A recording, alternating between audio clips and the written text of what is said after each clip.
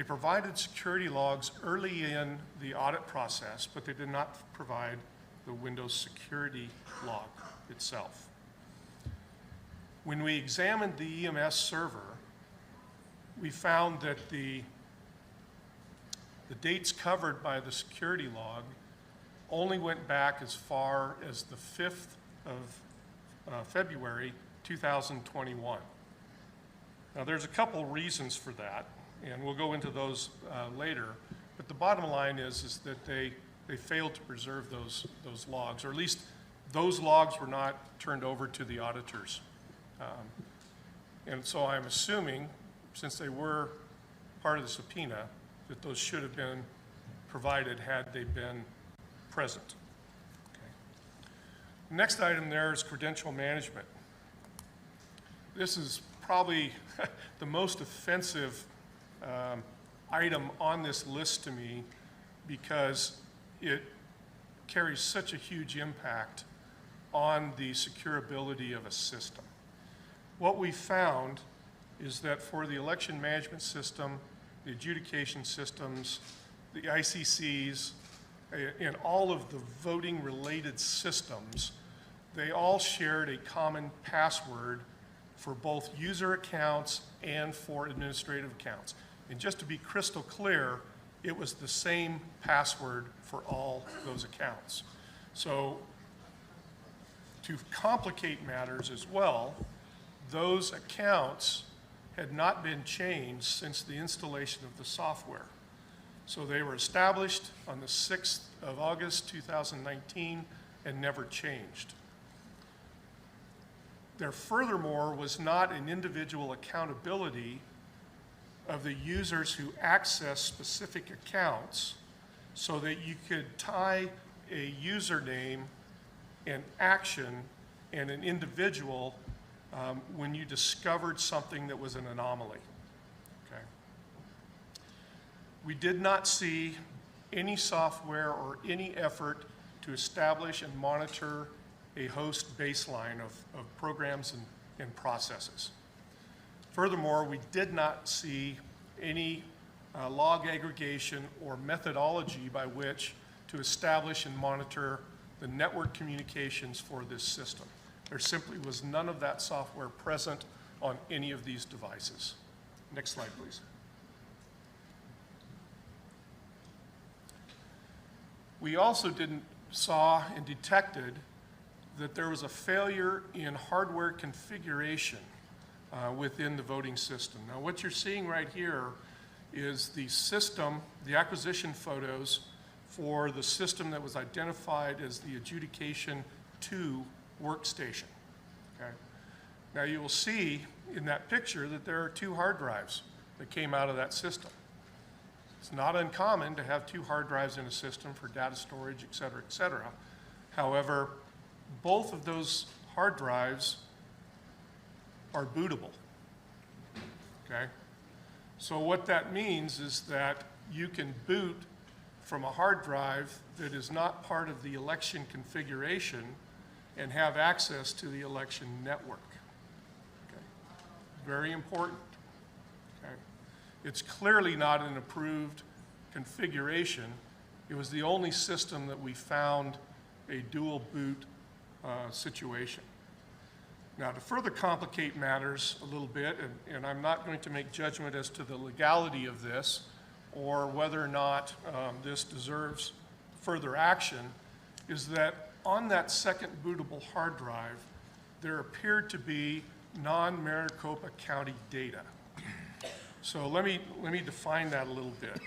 On that hard drive, there were Dominion databases that appeared to be, one, demonstration data, but also data that may have originated from Washington State and South Carolina. And I derived that not from an in-depth investigation of the data, that was outside my scope, but from the naming conventions of the databases themselves. Okay. So, once again, validating and approving the configuration of these systems is critically important to preserving the integrity of that election system. I would also note that neither of the two audit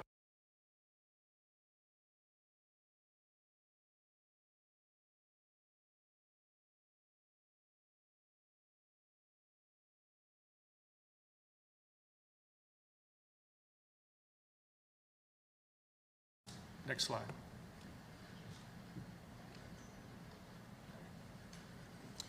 One of the challenges that we had was actually the accountability of deleted items. We'd talked about deleted items before, but let's be crystal clear about this. From the EMS, which is the Election Management System server, on the C drive, there were 865 directories and 85,673 election-related files deleted between 10/28 and 11/05.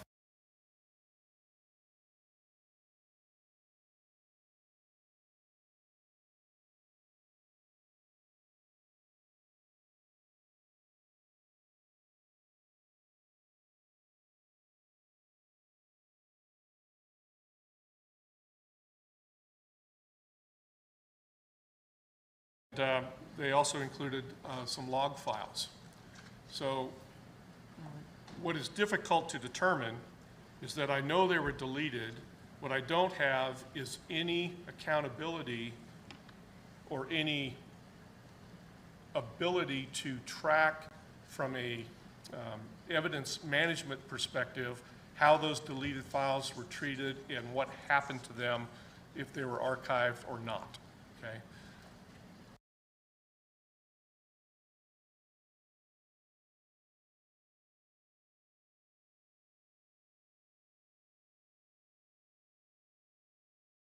There are a .dvd file, and those are actually the results of the election totals off of each tabulating device. And those were part of the deleted files that were removed from the EMS. From the, so the EMS actually had 2 hard drives. Well, they had 6 hard drives configured into 2 logical drives. So the second logical drive was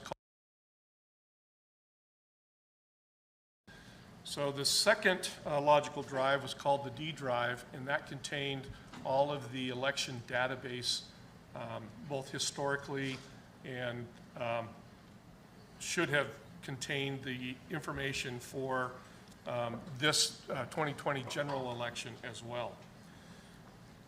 You'll note that there were 9,571 directories and 1,064,746 election-related files deleted between the 1st of November 2020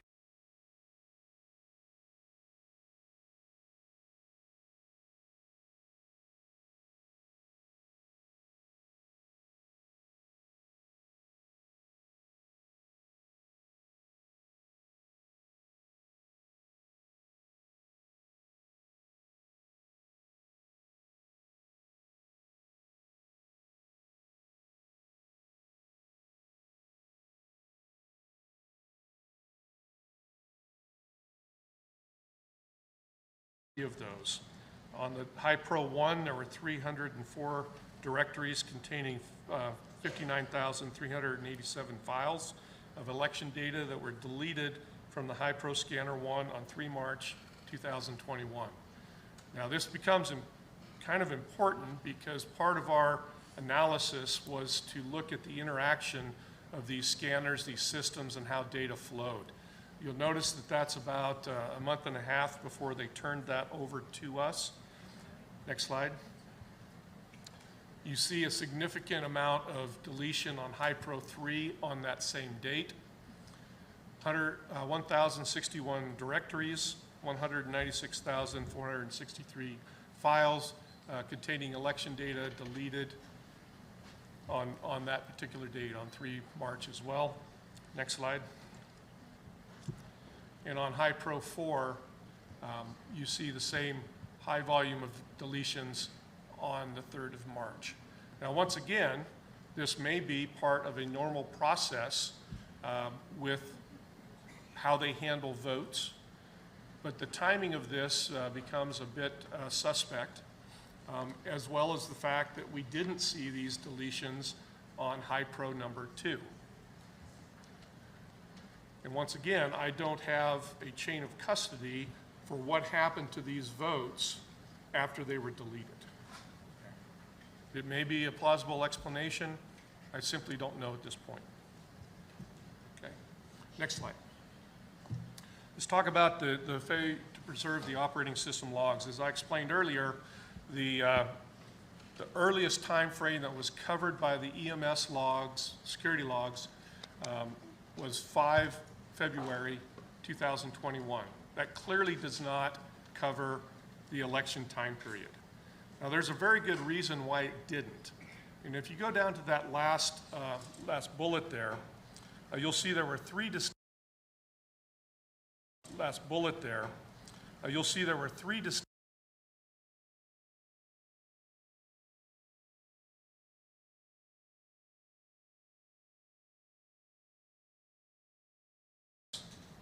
there's a user-defined setting that you can define how much quantity of logs are retained before they get overwritten.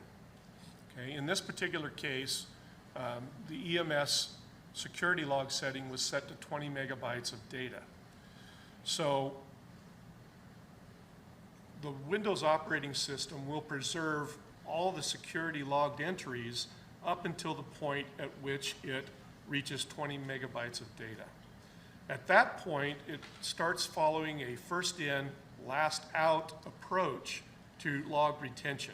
So as you create a new entry, an older entry is deleted and overwritten inside of that log file. Now, first and foremost, we need to remember that we do have that 22-month federal mandate. So it's clear that at least what existed on the EMS when we received it as part of this audit, we did not have the time period covered by that federal mandate as it was supposed to be covered. That security log was not turned over as part of any other documents that we have by Maricopa County. So I'm going to assume at this point that it's not available for us to look at, or else they would have turned that over to us. Now, if you look at that last bullet, that first in, first out approach all of a sudden becomes readily apparent as to what happened on these distinct dates. So on each of these dates, an individual executed a script, and that script repeatedly looked for a blank password for all of the accounts on the system. Depending on the system, there were only about 16 accounts that were present on a given system. Okay? So this script was run multiple times. On 2/11, 462 log entries were overwritten by this script. On the 3rd of March, 37,686 log entries were overwritten by this same script. On the 12th, which is the day before we received the system, there were 330 log entries overwritten by that script. Now the challenge here is that I know that this occurred. I know which account did it. It was the EMS admin account. If you reflect back to what I just said about the lack of accountability of assigning that username to an individual, it now becomes extremely difficult to prove who did it, okay? Now, luckily, we happen to have some historical data from the MTech video feeds. And so we leveraged that data to backtrack and align these times, and we have captured screenshots of Maricopa County people at the keyboards during those time periods. Okay? Now, we've identified those individuals, but we will not release their names because we understand what the scrutiny is and what the impacts would be to those individuals. But I just want to tell you that the very point that they did not have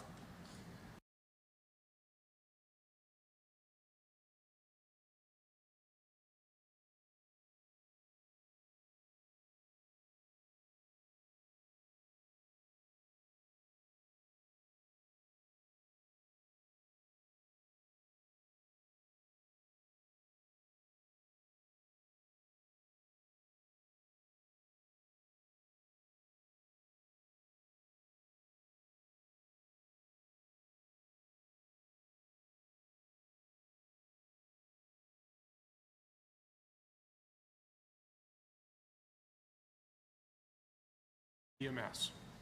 Okay. Now, remember the lack of log retention at this point.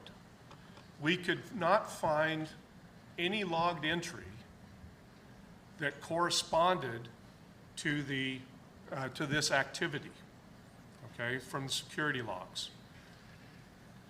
Those Windows security logs only went back to the 5th, but everything was purged on the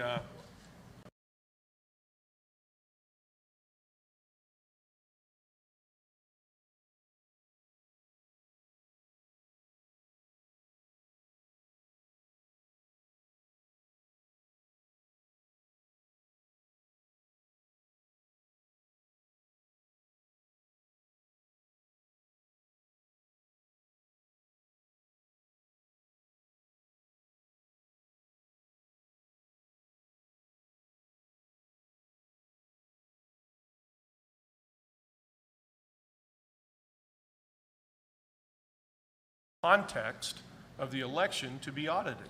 But that clearly was not the case in this instance. Sorry, just to clarify, so this is a log file specifically from results tallying and reporting, which is the Dominion software. That entry says that someone went into the program and clicked on something that said, I want to purge all the results for this election. That goes through and that deletes all of the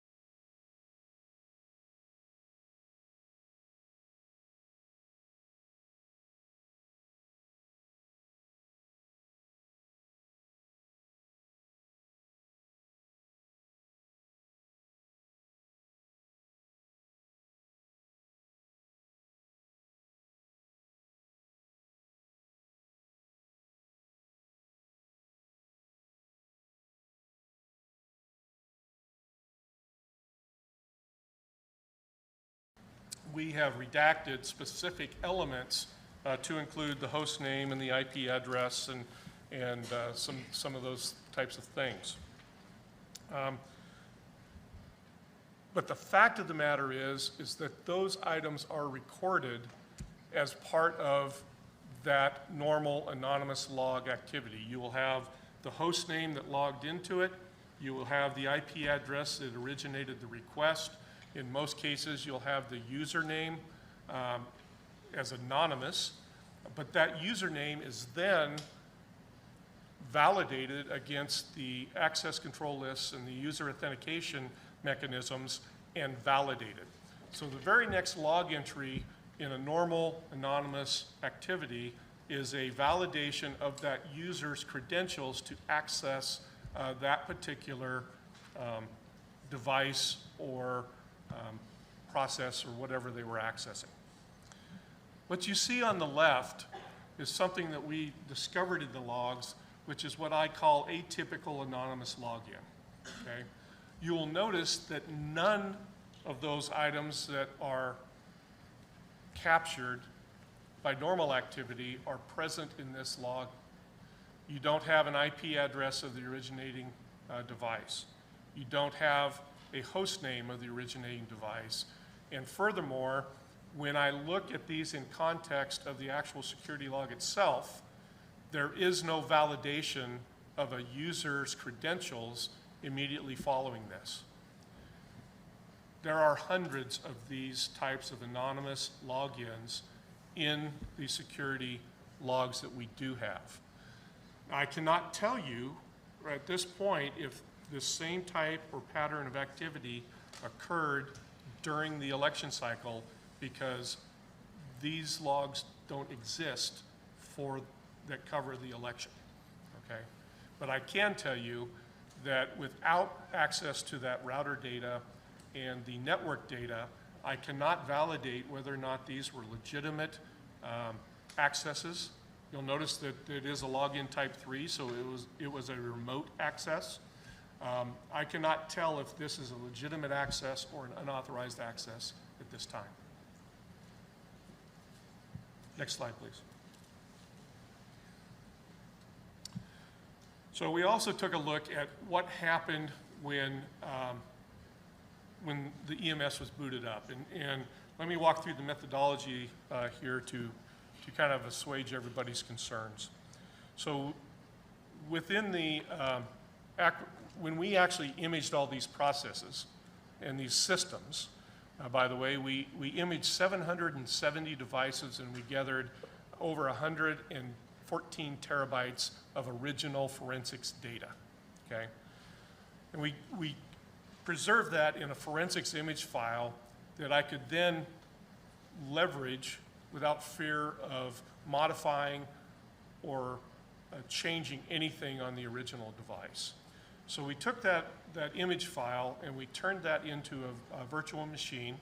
I created a enclave that I could boot that virtual machine up into, and that I could then monitor the boot processes without connecting to the internet, without exposing any voter data to unauthorized users. And I actually booted up the EMS to see what happened, what it was listening for, and to identify if there was in fact any zero-day malware in the memory. What we did discover is that, as you would expect, there were a number of ports. This is a normal part of an operating system. Ports are used to establish connections and provide functionality to the operating system. We've discovered 59 of those that were open. And while most of these things were what I would have expected, there were some unexpected high port activity specific to the WinExe, which controls your accesses and your logons, and your DNS, which controls your domain name service. So if you go and you type in yahoo.com, the computer will use the DNS service to actually determine which IP that is so that you can connect. And then the DHCP server. All of those are normal, valid Windows processes. But for example, DNS, the default port on that is port 53, okay? In the case of the EMS, we not only had the port 53, but we also had DNS monitoring on a high port, and I won't list that port number here in this open forum, but that was a little bit unexpected. I will tell you that on the EMS that you were utilizing both IPv4 and the newer version IPv6 enabled. So these services had dual functions with dual listening ports and things of that nature. There were ports and there were services that were enabled that allowed remote access, okay?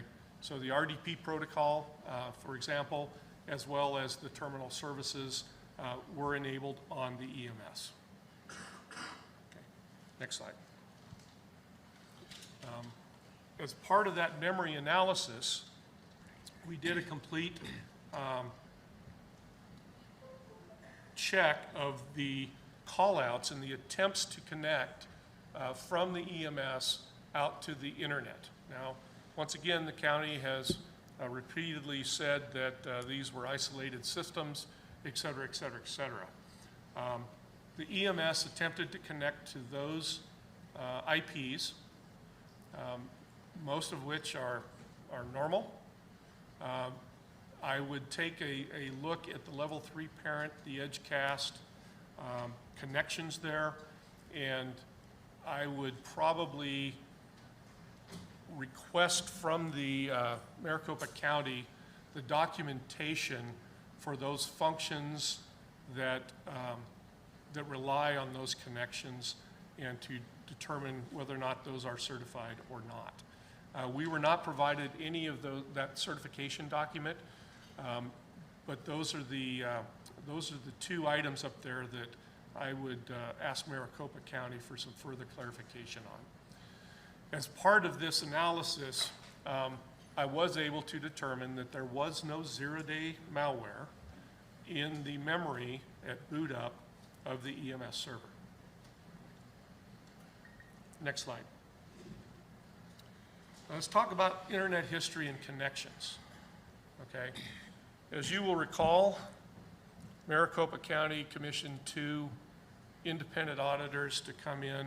Both of those auditors had a finding that there was no internet connection at the time that they conducted the audit. Okay. When I initially did the analysis, and I was only searching the what is called the allocated space. So the allocated space is what you as a user see when you open up Internet Explorer, or when you open up File Explorer. When you see that directory structure, that's allocated space. When I looked at the internet history of the allocated space, I had the same conclusion as the auditors did. However, I took this one step further. I actually carved the unallocated space in the entire file system for internet artifacts. Okay? And when I did that, the history was significantly different than both the representation by the auditors and the representation by Maricopa County that these systems had never connected or were exposed to the internet.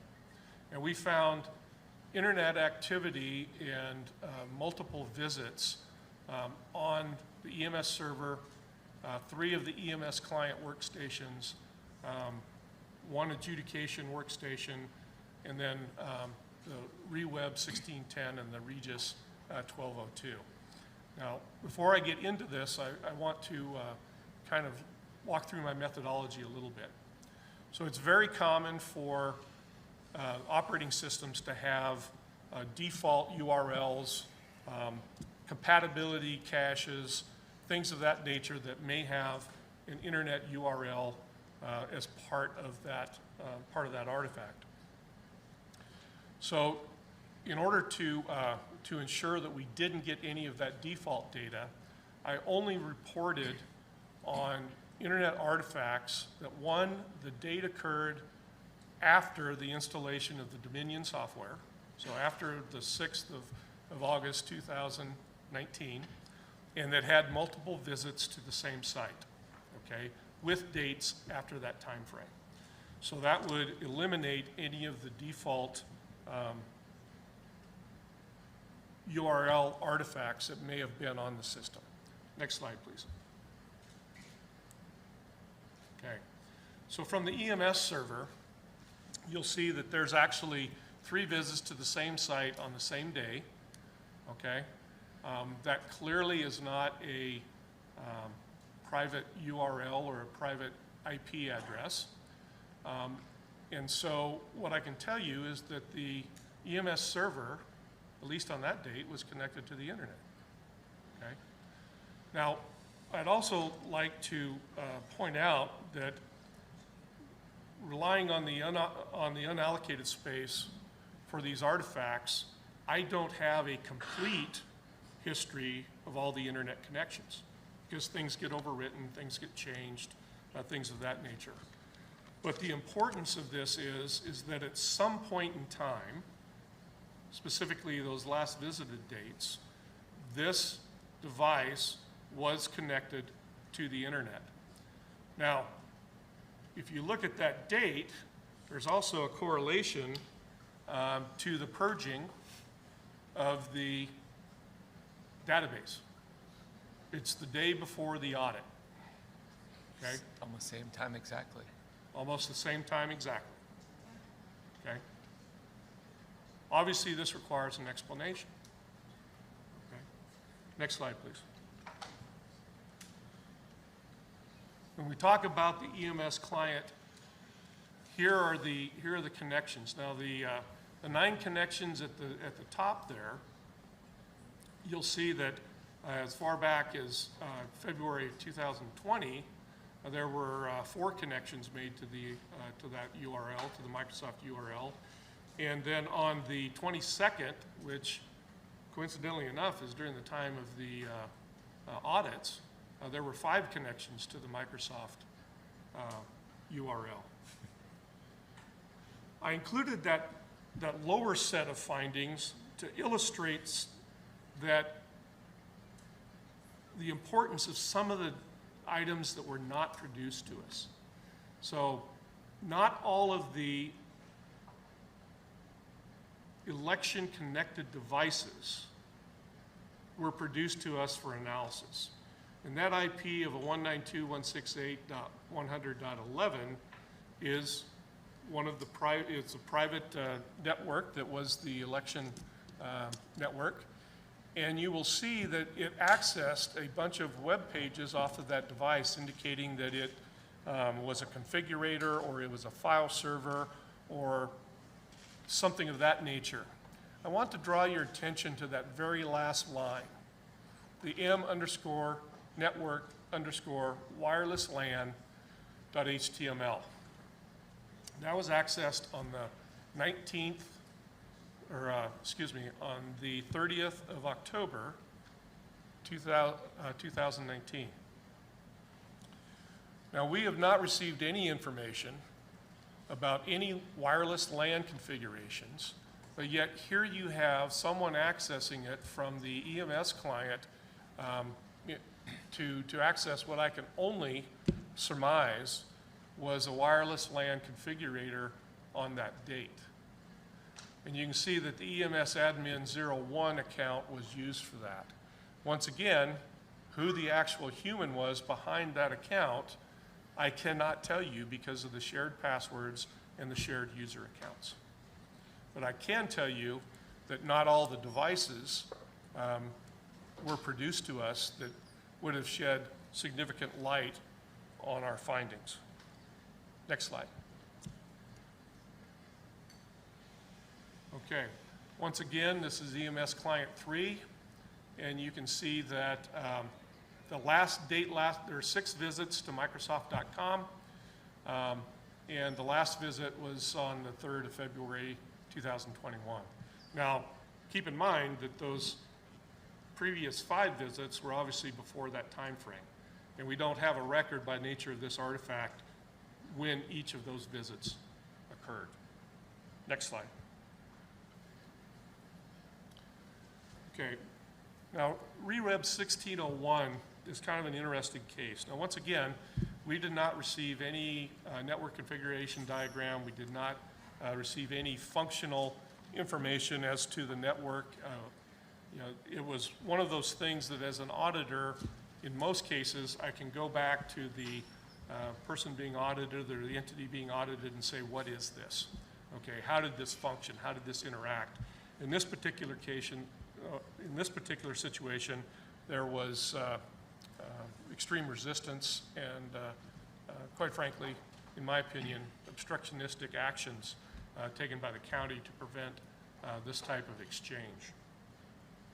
Now, this system clearly was connected to the internet.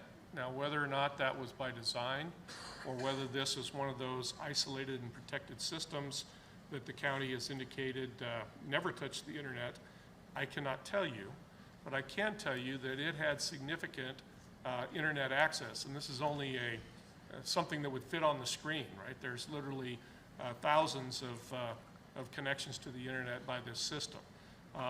Based on the naming convention, I would assume that this is some form of web-based server that was used in the election system, because it was produced under the subpoena, which that was one of the requirements for.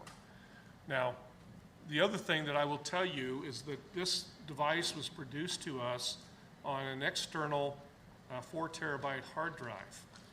And originally it was represented to us as this was a forensics image of this device. When we actually looked at it, we found that all of those devices that were produced on the external 4 terabyte hard drives, they were simply an operational system clone of that device, and it was not preserved in a forensics manner. What I can also not tell you is what steps were taken on the part of the county to ensure that the unused portion of that hard drive, not occupied by this device, I cannot tell you what steps were taken by them to ensure that those were wiped or zeroed out so that we would not commingle data, okay? So I do want to caveat these findings and the Regis findings with those statements. But clearly, these devices had continual and repeated access to the internet. Next slide.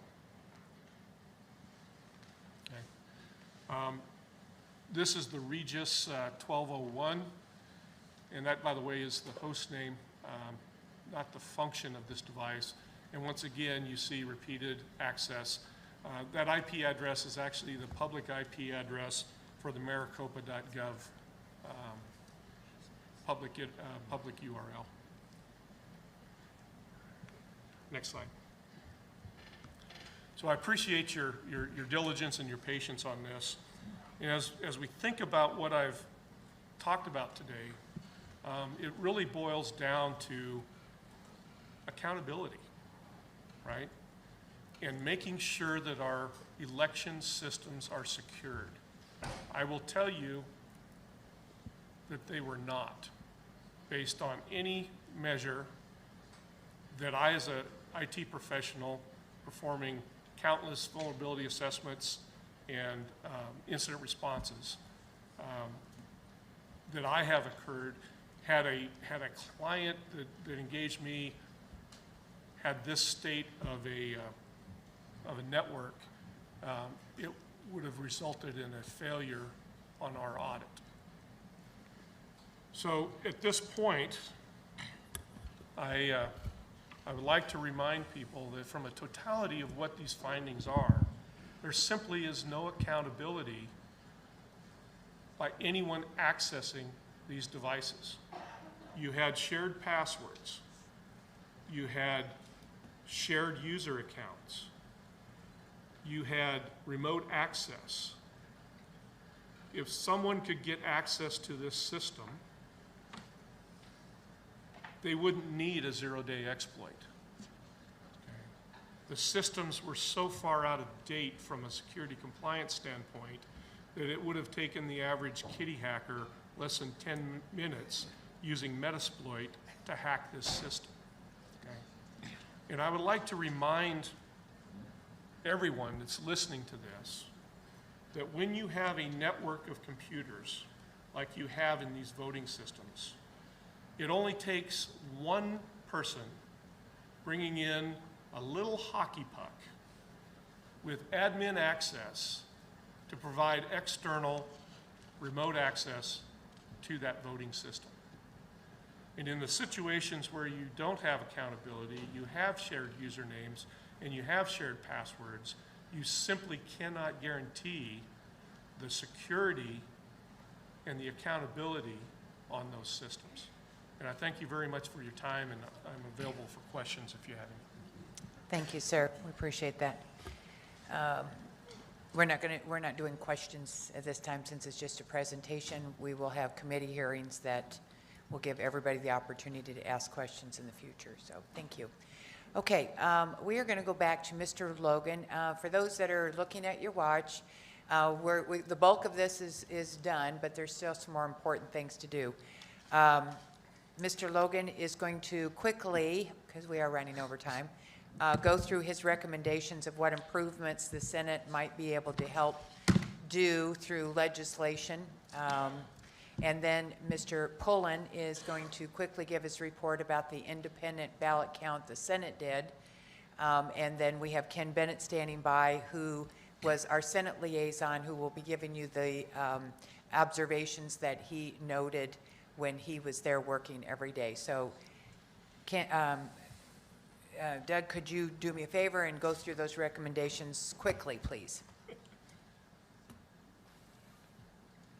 Is it working or are you clicking?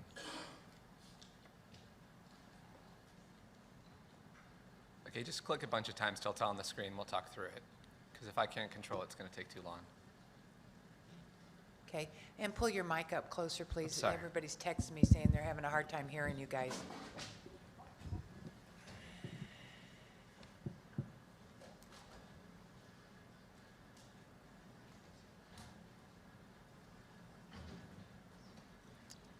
I have a lot of transitions on it, so if you just click and show it all up at once. You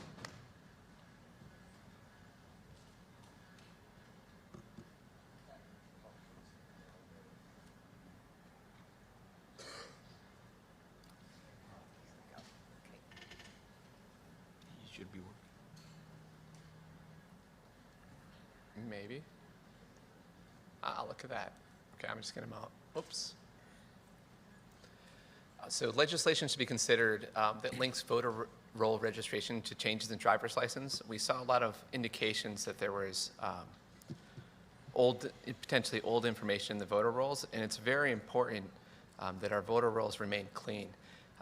If they don't remain clean, it would facilitate, it makes it easier for almost any type of way that someone might want to take advantage of the system.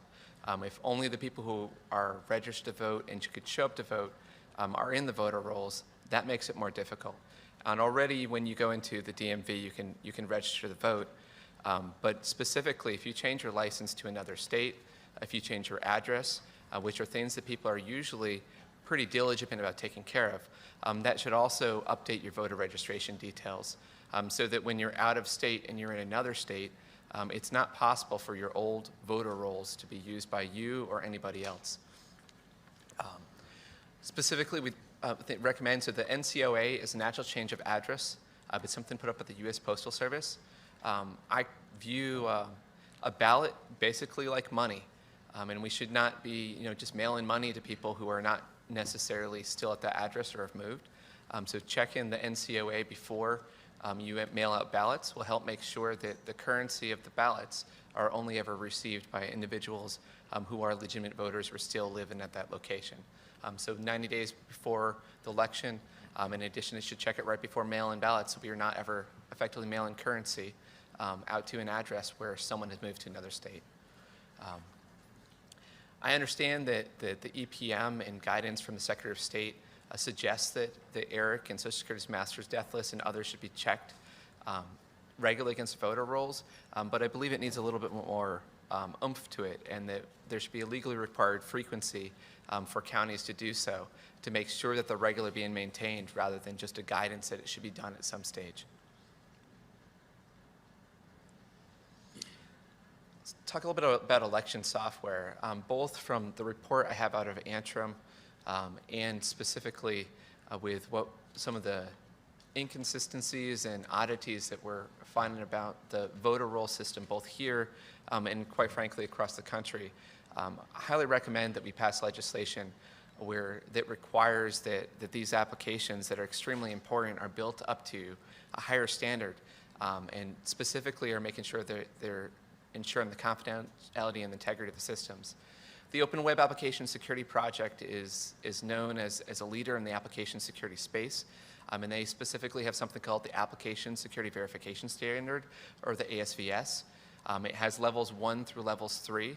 Level 3 is for a sensitive system, and I would highly recommend that would be a requirement for anything associated with voter rolls or voter systems that they would build up to that standard.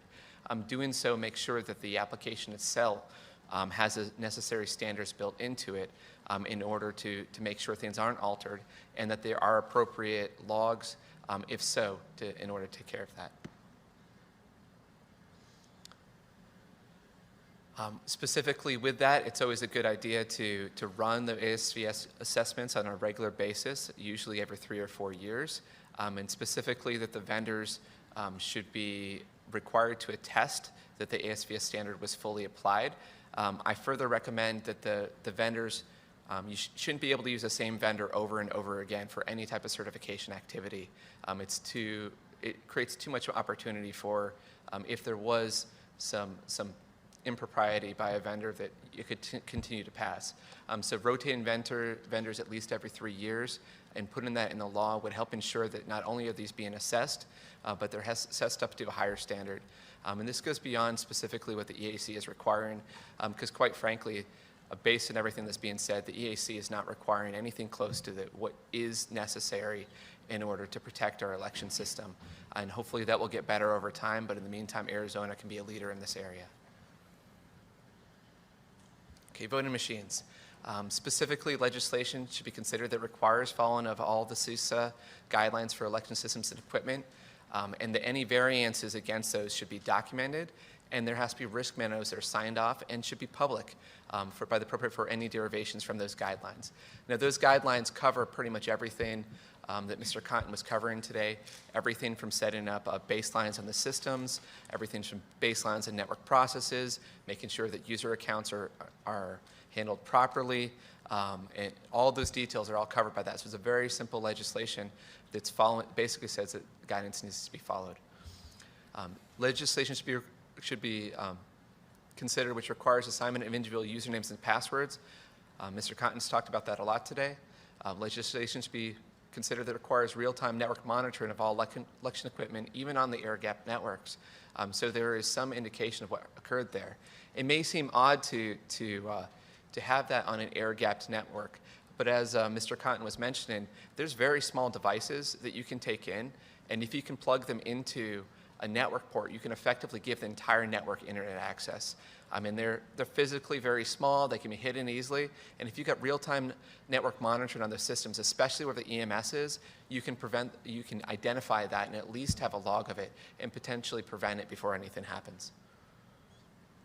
And legislation should be considered that would prohibit internet-capable election management system servers or equipment from being utilized.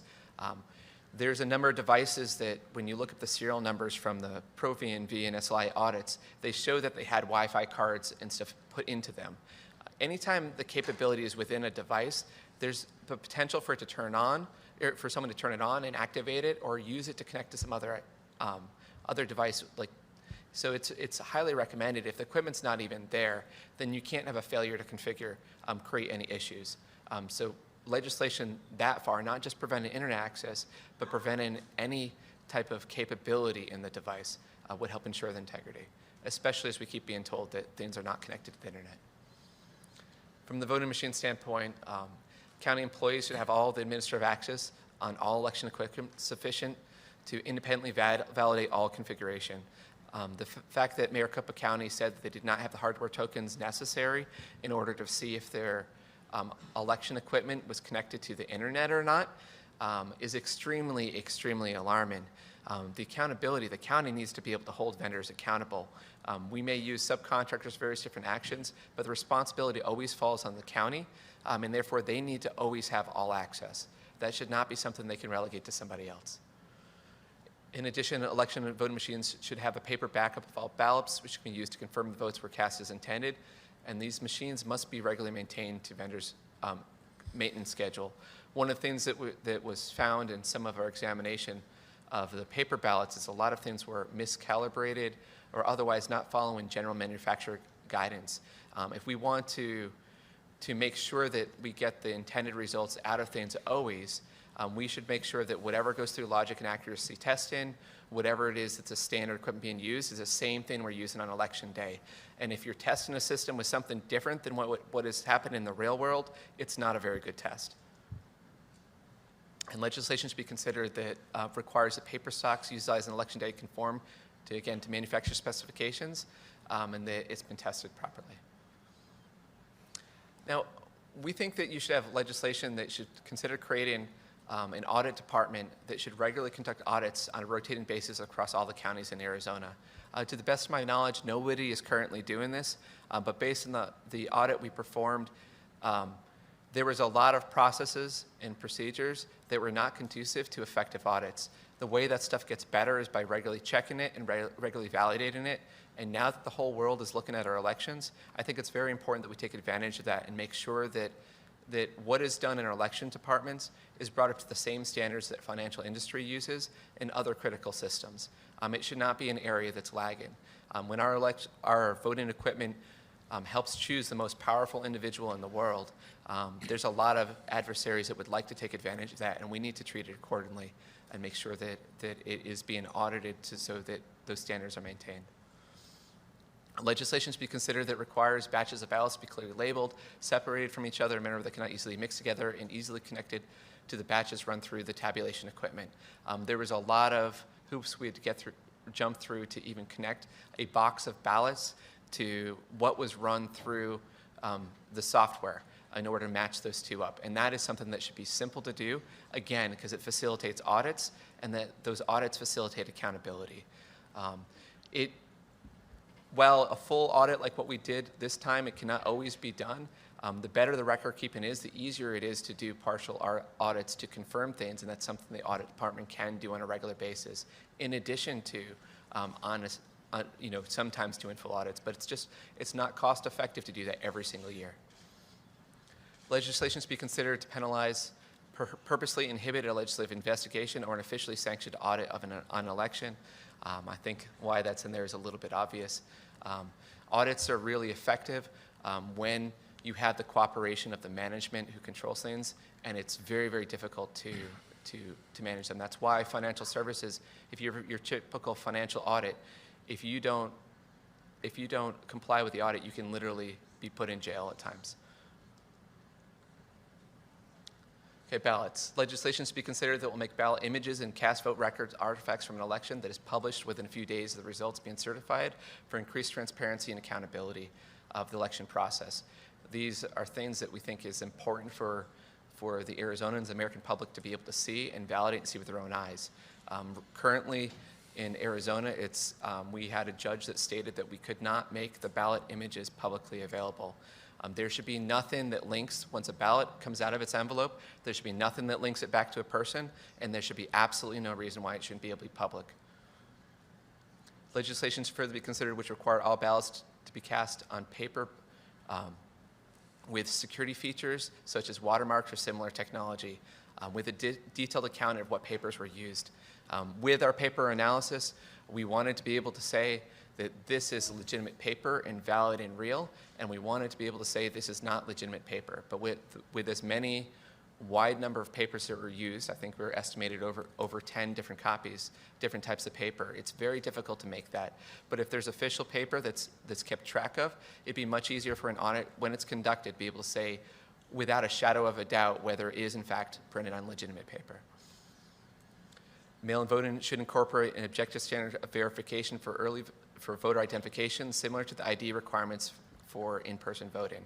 It seems likely that mail-in voting will continue to increase. From a security standpoint, I advocate no more mail-in ballots, but that's not probably realistic. So that being the case, if it's going to continue, we need to have good identification requirements. And that is the end. Thank you for your time, Madam President. Thank you, Mr. Logan. I appreciate that very much. We'll take all those into consideration. I'm sure we'll have more. Let's go now to Randy. Mr. Pullen. Randy Pullen was our co-legislative liaison there as they saw the work building up quite so much. Mr. Pullen, could you give us just a tad of your background and as to why I selected you to please do this independent count? Thank you, President Fan, as well as Chairman Peterson. Thank you for your commitment to this forensic audit and your resilience over the last 6 months as we went through it. Thank you.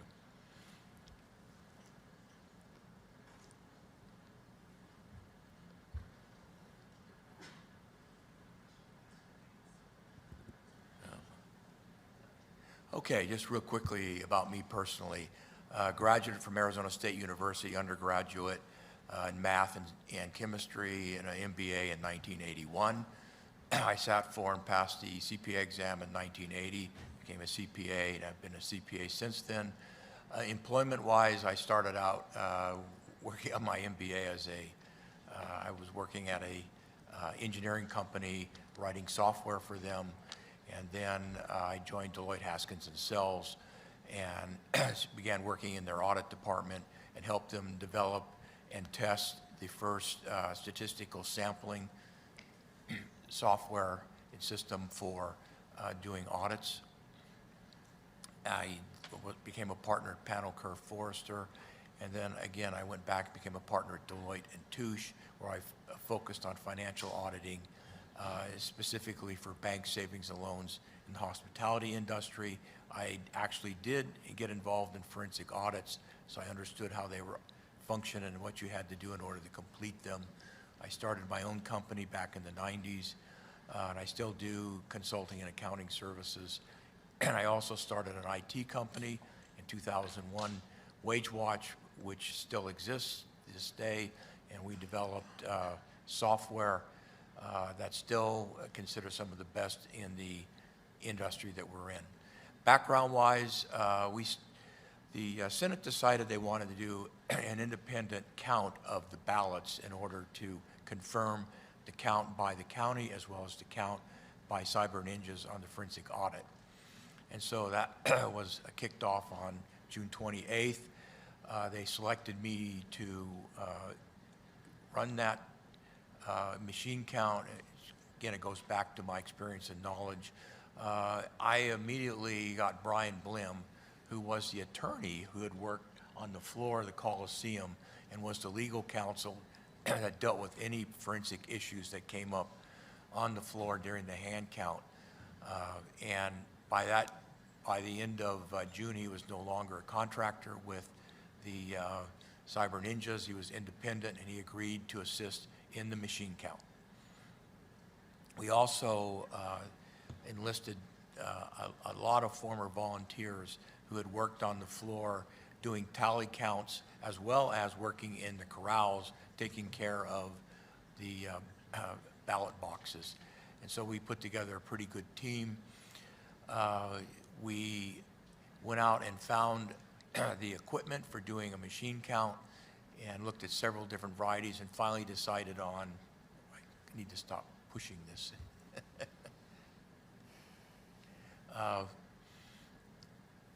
And found the equipment. The equipment we found, interestingly enough, was highly considered around the country as very good equipment.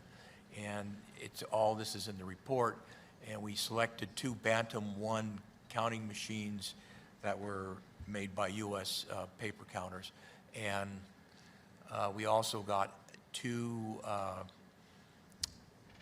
paper joggers, they're called, and what they do is they help align all the paper before you run it through and do the count on the paper. And again, these ballots are very heavy paper. So when the technician came in and set up the machines and we were testing the paper, he had to make adjustments to the machines that could handle the quality of the paper that we were running through the system. And so once we had that figured out, then we had the technician train our volunteers who just work for us, and then the ballot counting started on 7/14, and we completed it in 12 days. I will tell you that the volunteers worked incredibly hard on this, as well as the observers we had overseeing what they were doing. And we started working at 8 o'clock in the morning, and we went until midnight on those days. And we had 2 teams that were working that very, very solid work. So here's what we found. The Maricopa County official canvas, you can see it's been reported earlier, and we did the machine count, and it was very close. We were 121 less ballots than they had counted, in which, again, you can see the forensic election audit, that count on the ballots was a little bit less, but all of it was within 1,000 of what Maricopa County did. Not surprising. One of the things we did learn on the machines when we were testing them and setting them up to operate is when was a miscount, and we did do recounts based on that. But when there was a miscount, essentially it was an undercount. Okay, so being a little bit less than the official canvas count was not surprising. Now, here are some of the things we found, and this kind of confirms some of the things that were talked about earlier in these reports. We did find missing batches and boxes, where you would open a box and it was supposed to have 7 batches in it. There would only be 6 batches in the box, okay?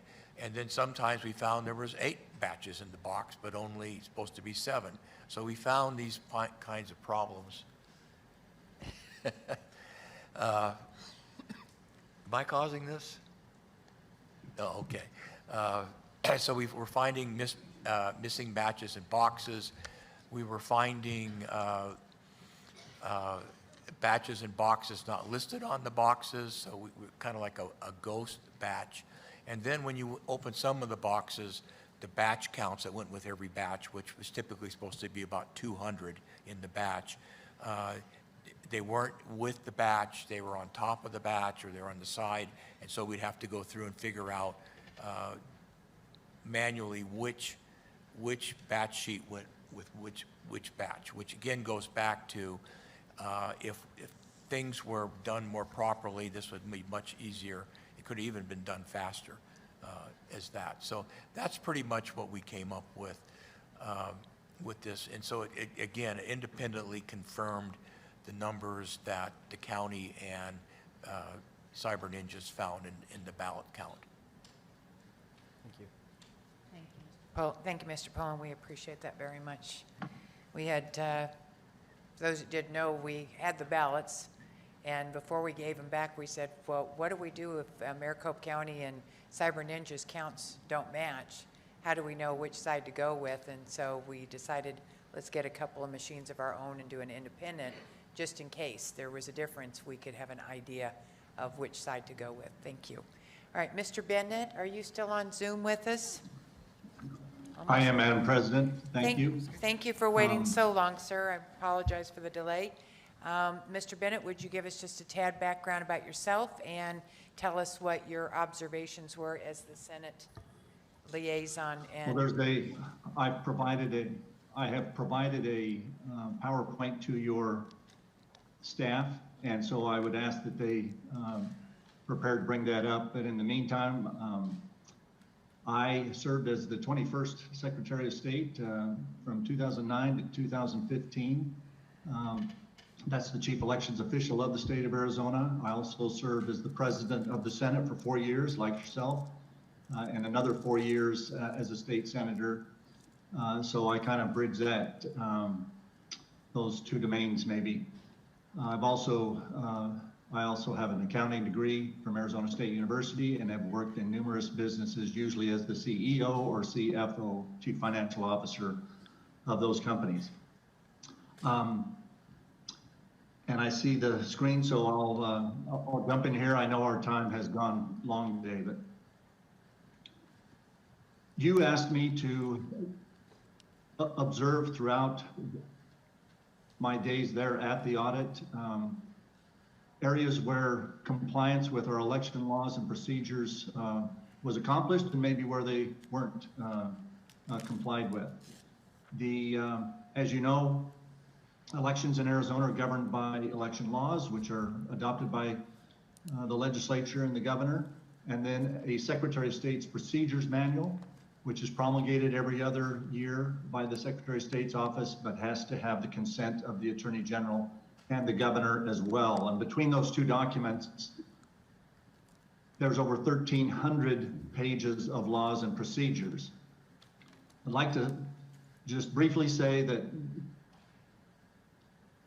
no election can be conducted perfectly because it is administered by imperfect human beings, but that doesn't mean we don't try, because it is through our elections that we, the people, give our consent of the governed, as is identified in the Declaration of Independence, and every citizen deserves to know that they are being treated equally under the law as required by the Constitution. So every legal vote has to be accounted accurately and not canceled out by unlawful votes.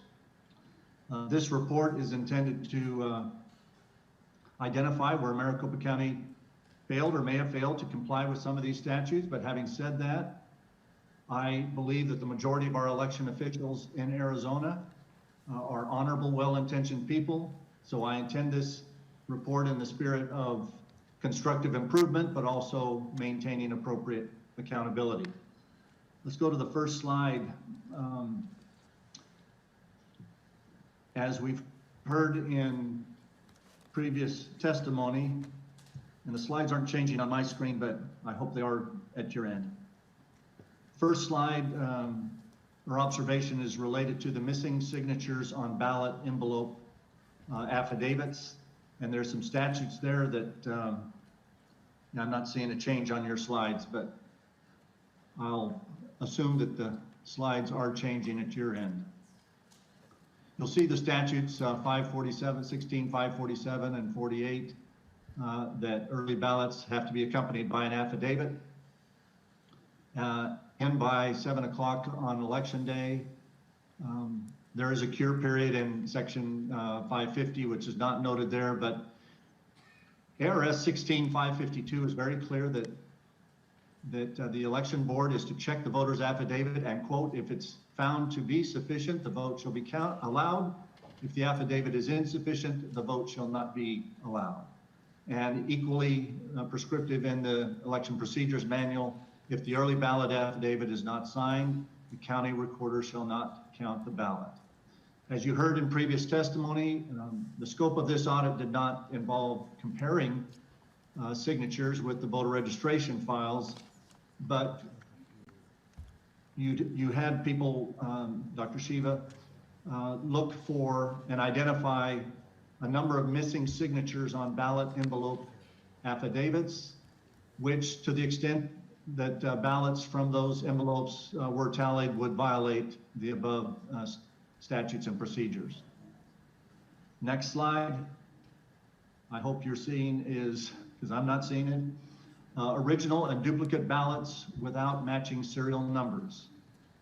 ARS 1621A is very specific that all duplicate ballots created pursuant to this subsection shall be clearly labeled duplicate. Bear a serial number that's recorded on the damaged or defective ballot, and the EPM says something very similar and gives one of the reasons, which is to tie the ballots together. The other reason would be to make sure that the votes recorded on the duplicate correctly reflect the votes on the original or damaged ballot. There were approximately 2,500 duplicated ballots where there were no discernible serial numbers recorded on either the original or the duplicate ballot. Obviously, this does not comply with those statutes and procedures. The next slide, I hope, is missing chain of custody. ARS 16621 says that the county will maintain a chain of custody for all election equipment and ballots during early voting, which is kind of the beginning of an election, through the completion of provisional voting tabulation, or kind of the end of processing ballots. The Senate requested this chain of custody. The county provided a very detailed chain of custody of the ballots that we did receive, but we never received a chain of custody all the way back to the election period, as this statute requires. Next item is insufficient ballot paper thickness. This is not a major item, but ARS 16502A says that ballots shall be printed on a paper of sufficient thickness to prevent the printing thereon from being discernible from the back. And there can be debate as to whether this is just for the printing on the ballots or when the ballots are marked with their votes, but there were, as Mr. Logan noted, the audit found multiple thicknesses of paper stock used in the printing of ballots, some of which would allow kind of that bleed through effect, which would not be in compliance with the above statute. Next one is common usernames and passwords, as Mr. Cotton noted. The election procedures manual specifically says that applications within the EMS system should use separate usernames and secure passwords for each user or station. And as he noted, he found common usernames and passwords being used, which is inconsistent with this guidance from the Election Procedures Manual. The next one would be missing serial numbers on electronically adjudicated ballots. An addendum to the 2019 Election Procedures Manual specifies that tabulation machines may be programmed to outstack or to print identification numbers on the ballots with write-in votes that are electronically tallied. This process is often known as adjudication. There was, Maricopa's system, Dominion, does not use an outstack method, but it does not appear that these identification numbers were printed on the electronically adjudicated ballots as required by this part of the procedures manual. And the last slide would be, well, I guess there's one after this, but the last item is possible ineligible voters. Several articles, which include multiple statutes within IRS 16, as well as many aspects of the Election Procedures Manual, identify Arizona's requirements for an individual to be considered an eligible voter and therefore allowed to cast a legal vote. The audit identified numerous questions regarding possible ineligible voters. However, these determinations were, as you heard from Mr. Logan, made from comparisons between the county's final voted data and private data sources, not the official voter registration data. So further investigation with the cooperation of the county, hopefully, is necessary to determine whether ineligible voters were allowed to vote in the 2020 election. And Mr. Logan went into some of the possible categories of people who had moved or deceased or other categories that I think you saw in earlier testimony. And the last slide is simply a thank you from me for allowing me to work on this project. And I will conclude, I guess, by saying this, that I have already started to hear from people saying that, well, if the audit failed because it didn't prove that the election was overturned or that there was a different result.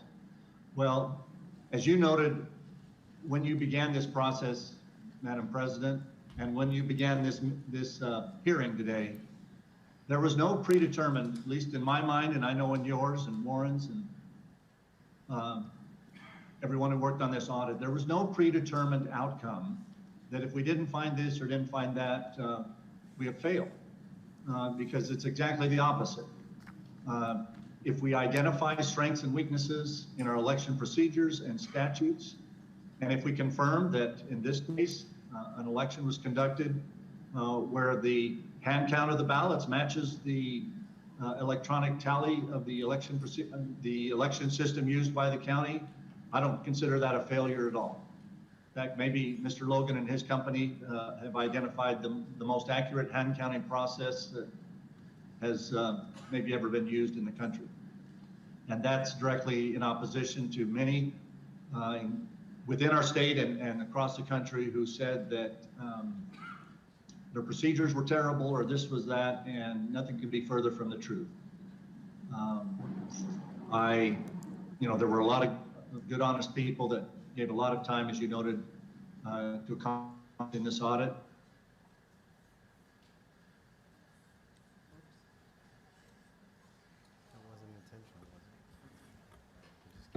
Was confirmed. There we go. I offer these as you requested as areas where we could make constructive improvement. And I'll leave it at that. Thank you.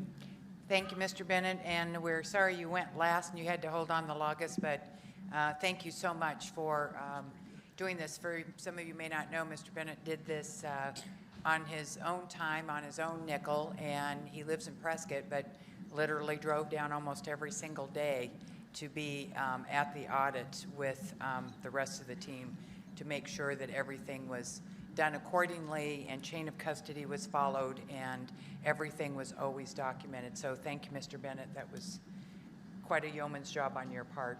All right, closing comments. Senator Peterson, I'll let you start. Thank you, Madam President, and I'll be fairly brief here. I just, first of all, want to thank you for what you've done with this. You have faced incredible opposition and hostility, and you have handled that with grace and dignity. So I want to thank you and recognize you for that. Again, the goal here is election integrity and making sure our citizens have faith in the process. So as we wrap this up, what are our next steps? Where do we go from here? And I think there's legislation, and I think there's law enforcement that needs to be involved. So I'm going to name off 8 bullet points here that I think need to be handled by my colleagues and by our Attorney General. First of all, and what I have found perhaps the most unsettling through this whole process is the obstruction that we have seen from the county. The failure to comply with the auditor, a brazen willingness to violate a legal subpoena. Our Attorney General said that was against the law. It's truly alarming. And furthermore, to their willingness to expend significant resources, human capital, you name it, to block and to stop this audit. As I recall, it was like $18,000 or something like that for one of their audits that they spent money on. How much money have they spent trying to stop our audit? It has to be in the hundreds of thousands of dollars, but that would be an interesting number to see. Number 2, the numbers don't reconcile. As you've seen through, this is a theme throughout all the reports, all of us as citizens, we should be able to pull up these election results, and we should be able to, every direction, reconcile the numbers. If I subtract, early ballots, or if I subtract, or if I add the rejected, if I, no matter which way, you should be able to come up with a reconciliation so that everything balances. That needs to happen. It appears that they broke the law with duplicate ballots. And that's a huge deal. That needs to be resolved. We need to get to the bottom of whether that law was broken, how to prevent it in the future, hold people accountable that did it this time. Churning of logs. The churning of logs. We need to find out why that happened. Who did it? What was the motive? What was there? We need to get to the bottom of the logs that were there. Chain of custody issues. Number 5, chain of custody issues. Number 6, a failure to preserve data files. And number 7, cybersecurity weaknesses that were shown by Mr. Cotton, so evident here. Those are not going to get any better. We're seeing people being held hostage via cybersecurity every day, and it's constantly becoming more sophisticated. We definitely need to up our game there. And number 8, the envelopes with blank signatures. We have a lot of questions there that need to be answered. So with that, Madam President, I look forward to working with my colleagues and with the Attorney General in any way to resolve these issues and to improve our elections and to increase election integrity in the state of Arizona. Thank you, Senator Peterson. Senator Peterson is our Jude chairman. This started in the Jude committee back in December, and only appropriate to end up there.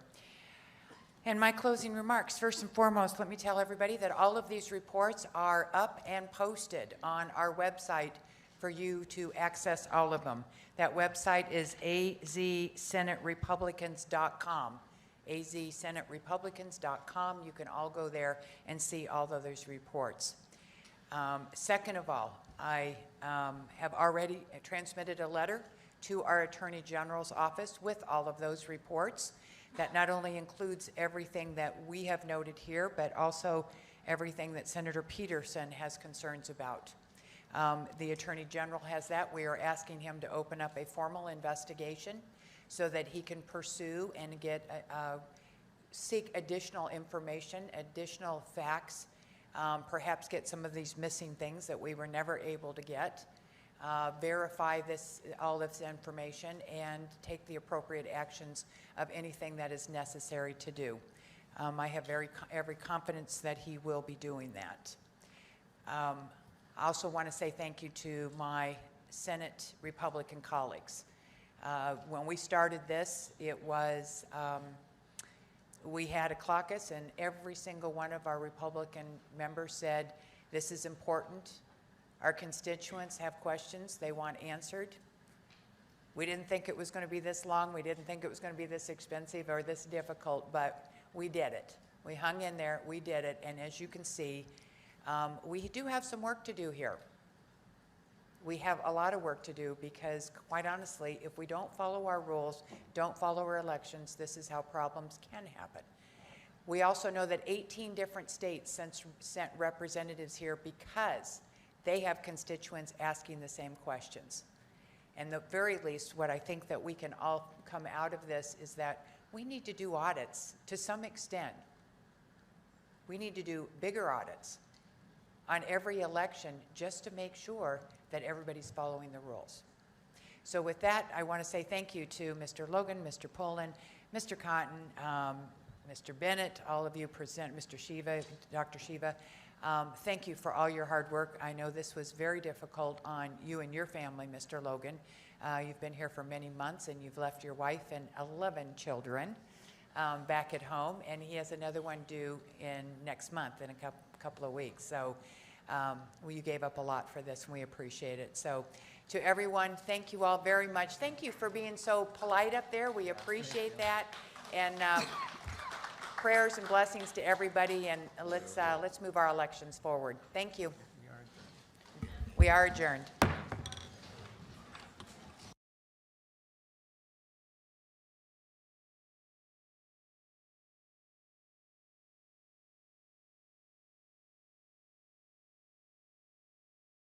For this, and we appreciate it. So to everyone.